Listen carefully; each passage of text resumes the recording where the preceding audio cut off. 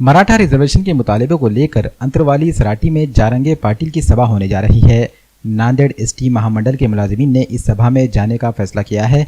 Nanded depot के तकरीबन 200 मुलाजिमीन इस सभा में शिरकत करेंगे। नंदू पाटिल बेंड्रेकर ने मीडिया को बताया कि अगर हुक्काम ने इस सभा के लिए मुलाजिमीन को तातील नहीं दी तब भी ये लोग अंतरवाली सराटी जाएंगे। नंदू पाटिल ने मुलाजिमीन से मराठा समाज के मुस्तकबिल के लिए बड़ी तादाद में इस सभा में शिरकत की अपील की है। सर, मी नांदेड नंदू पाटील बोलतो। एसटी महामंडळ कर्मचारी आहे। तर पूर्ण महाराष्ट्रामध्ये कमीत कमी 30 ते 40 लाख पब्लिक हे अंतरवाली सराटी या गावामध्ये जालना येथे मनोज जरांगे पाटील यांनी ठेवलेली आहे।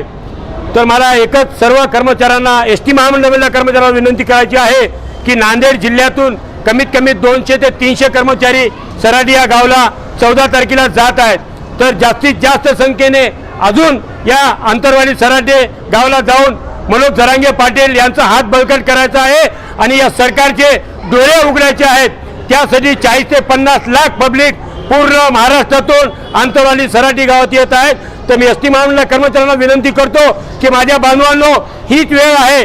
सर्व एसटीतले कर्मचारी जास्तीत जास्त अंतरवाली या गावामध्ये सराटी या गावात जावं ही अपेक्षा बाळगतो आणि सर्व एसटीतल्या अधिकाऱ्यांना विनंती करतो की जास्तीत जास्त कर्मचाऱ्याला ड्यूटी बुक ॲडजस्ट करून त्यांना अंतरवाली सराटी या गावाला मनोज जरांगे पाटील 14 तारखेला या कार्यक्रमाला सर्वांना पाठवावं ही कळकळीची विनंती करतो।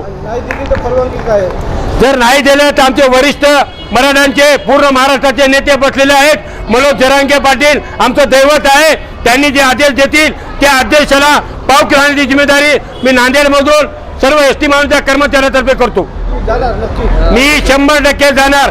कर्म अधिकाऱ्यांनी सुट्टी देव या अथवा न देव, पण आम्ही एक मराठा लाख मराठा आरक्षण मिळण्यासाठी 100% जाणार आहोत नांदेड जिल्ह्यातून।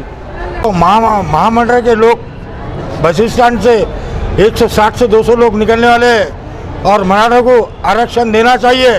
आरक्षण नहीं देंगे तो हम पूरे लोग उनको मदद करके रोड पर उतर के हम मदद लेंगे आरक्षण से, और इसका जवाबदार सरकार रहेंगी। हमेशा बार बार बोल रहे मराठों को आरक्षण देने की वजह क्या है, क्यों नहीं दे रहे, ये हमको बोलो तो सही। और सरकार जवाबदार रहेंगी इसकी। और ये पूरे कर्मचारी यहाँ से निकलेंगे, महामंडल से 200 लोग निकलेंगे। 200 छुट्टी मिलो या मत मिलो, हम इनको रवाना करके रहेंगे।